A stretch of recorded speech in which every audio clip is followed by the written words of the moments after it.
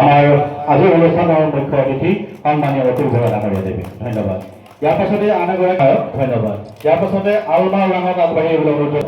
ইয়াৰ পাছতে আন এগৰাকী শ্ৰমিক কৰ্মচাৰী ৰীতা তেলেঙা তেখেতৰ এয়া চিট প্ৰদান কৰিছে। সকলোকে এবাৰ জৰুৰী হাত চাপৰি সকলোকে শুভেচ্ছা জনাবলৈ অনুৰোধ জনাইছো। ধন্যবাদ। চাহ উদ্যোগৰ 200 বছৰ অসমৰ চাহ উদ্যোগৰ 200 বছৰীয়া পূৰ্ণ উপলক্ষে আজি চাহ শ্ৰমিকসকলে এই উদ্যোগটো ধৰি ৰখাত গঢ় দিয়াত যিখিনি অৱদান আগবঢ়ালে তাৰ চিনস্বৰূপেই আজি 300 কোটিতকৈও অধিক টকাৰে এটিকলি দুটি পাত যি আঁচনি, এই আঁচনিৰ মাননীয় মুখ্যমন্ত্ৰীয়ে ডাঙৰীয়াই শুভাৰম্ভ কৰিছে।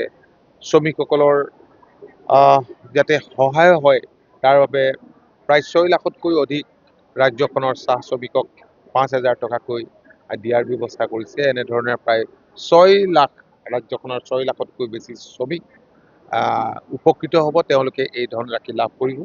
মাননীয় মুখ্যমন্ত্ৰীয়ে আজি ডুমডুমাৰ পৰা এই অনুষ্ঠানৰ শুভাৰম্ভ কৰিলে।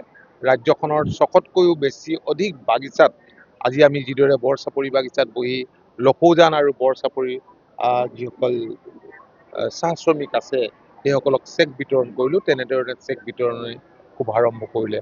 মই মাননীয় মুখ্যমন্ত্ৰী ডাঙৰীয়াক ধন্যবাদ আৰু কৃতজ্ঞতা জনাইছোঁ।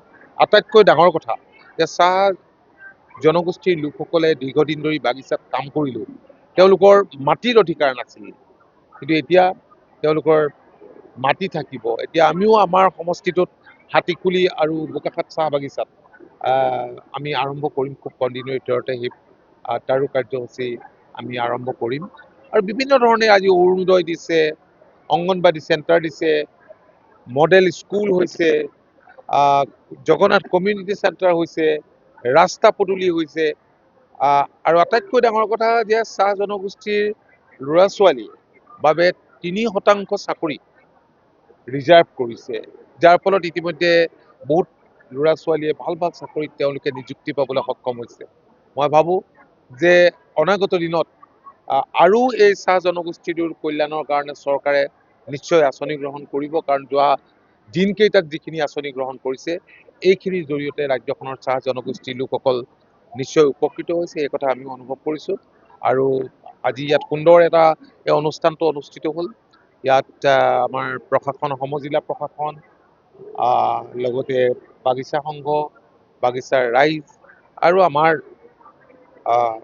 বিজেপি এজিপিৰ কৰ্মকৰ্তাসকলেও যথেষ্টখিনি সহায় সহযোগিতা কৰিলে। মই তেওঁলোককো আন্তৰিক ধন্যবাদ আৰু কৃতজ্ঞতা জনাইছোঁ।